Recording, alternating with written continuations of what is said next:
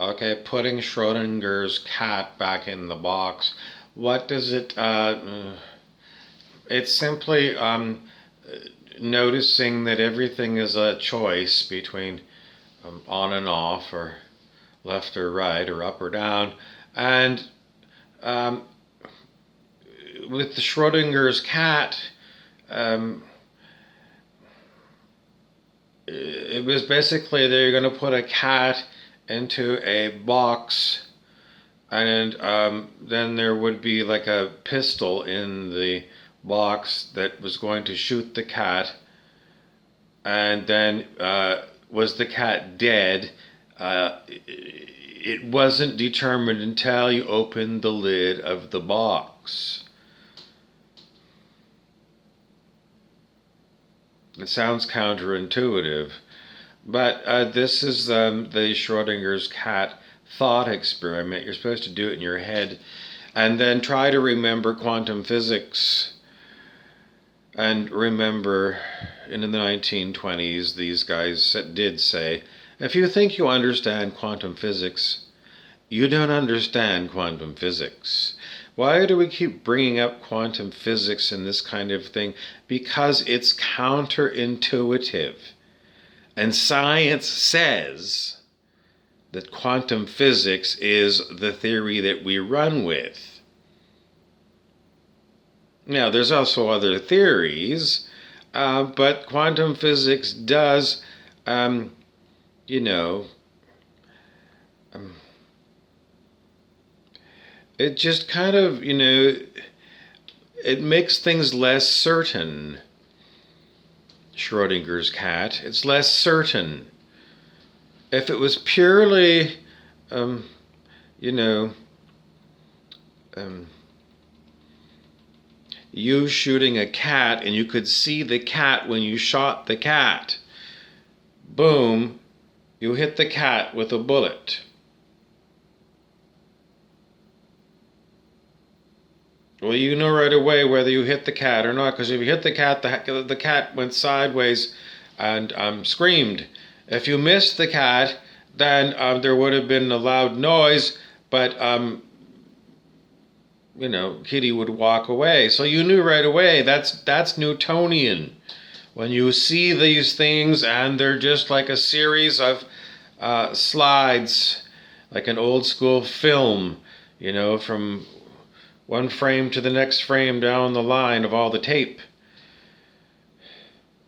But that quantum physics thought experiment about Schrodinger's cat, you don't know if the cat was hit by the bullet or not until you open the box up and look to see what happened. So during that time period, where after the gun was fired, and before you open the lid of the box,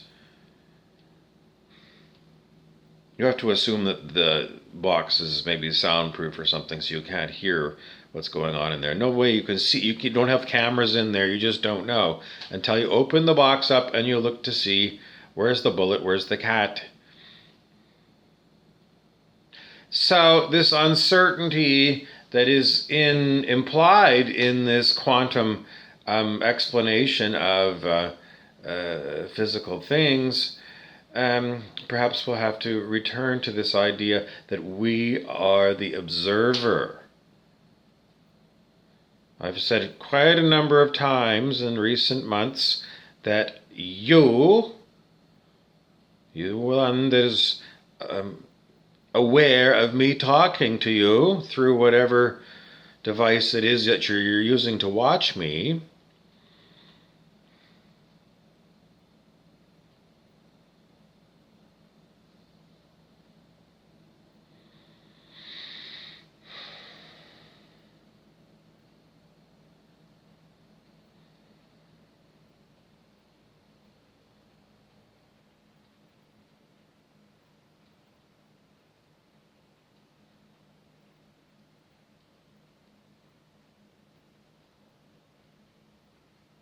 so you're the awareness. You're looking out through your eyes at a screen of me talking to you. The awareness is observing, so you are an observer, and somehow the act of looking, that is the look of observing, is important in quantum physics.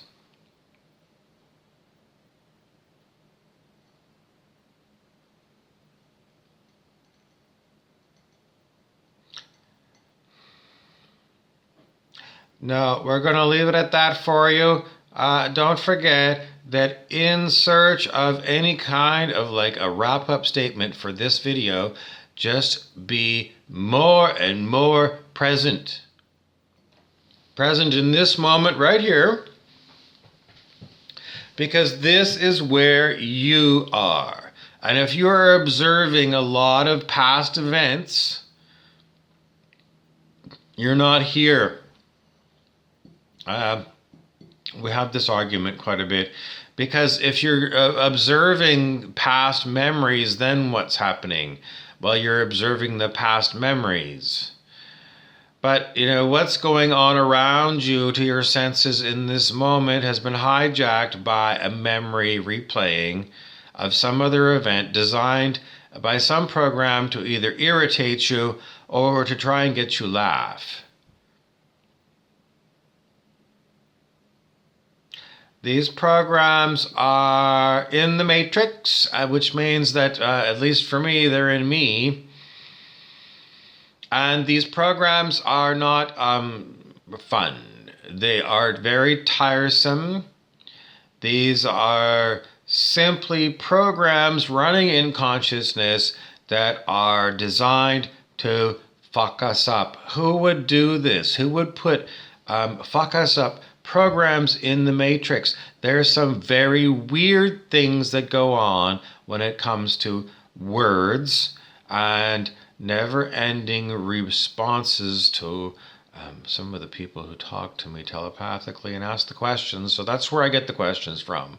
I'm talking to you, and then telepathically I hear someone ask a question, because I have telepathic, I call them students or apprentices, but the truth be told, they're long-time users of the database that I'm using as well. So, it's really, they're not my students. They're my companions, and they telepathically ask me questions. So that's why sometimes I answer a question, even though you watching on the screen didn't hear someone ask the question. The question was asked verbally by telepathy. Any more questions coming in? Okay, so you being present in this moment here with a quiet mind, and then your quiet mind gets hijacked by some story from the past. And at first you might say, well, this is something, kind of a clue. The universe is trying to give me a clue as to what I need to know right now for being here where I am now, here in the kitchen, for example. And after a long time of studying this, I come to the conclusion that there is no benefit for me to know these past memories. They are simply an annoying program that I don't have control over, and it hijacks me being in the kitchen because it pulls my mind away into some old story or some picture of some person that I knew in high school that I haven't seen. And it's like, it's irrelevant to me. It's totally irrelevant for me to get a picture of somebody from high school.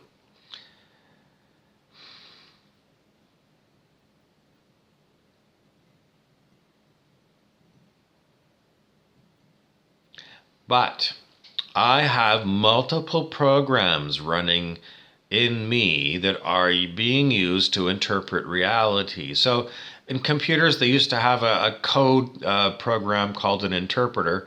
And my different interpretation programs, the one that was just really annoyed is only one program. Then I have this other program that I downloaded by reading in the Carlos Castaneda books. And the Yaqui shaman Don Juan Matus, he wouldn't have got upset about that information like this apparent character did just 2 minutes ago. Because those annoyance programs that interpreter calls them annoyances that I can't get rid of, Don Juan Matos would look at it and say, no, it's something completely different.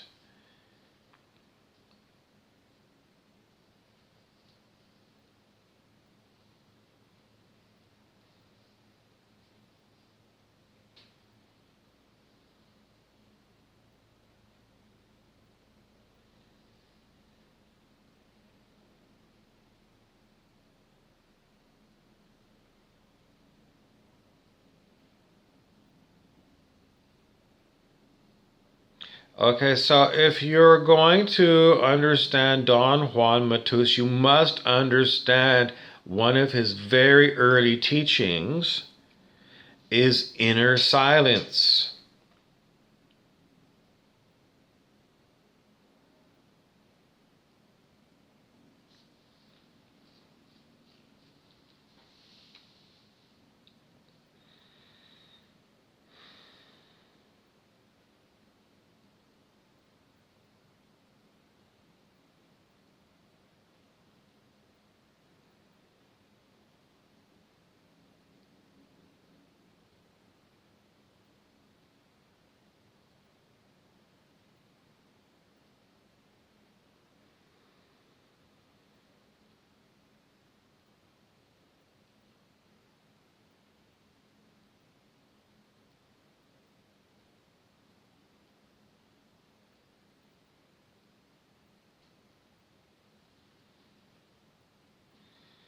Okay, so once you have quietened your mind down, you got inner silence, then what is Don Juan Matus going to say about, if you have a flash on somebody, a picture of somebody from your high school years?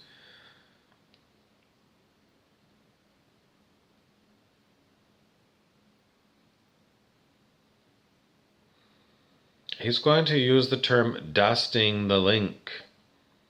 In other words, this is a good thing because your mind has brought this person to your attention. And it's, the link between you and that person might be like, for me, might be like 40 years since I saw that person. So it's just collected a lot of dust. And by calling this person up to my mind, to my attention, it wipes all the dust off, cleans the link between me and that person. It refreshes the link. What's the link? It's a mental link. And the possibility exists that maybe, I don't know, it's a Don Juan Matus thing, and that's what came up for me. So it wouldn't be like an annoyance for him. Don Juan Matus is not one to get annoyed, which is totally opposite from pretty much everyone else on the planet who tend to get annoyed with persistent things. So what does it mean? It means, well, Don Juan Matus would say, these are unable to be explained right now, but you must be impeccable.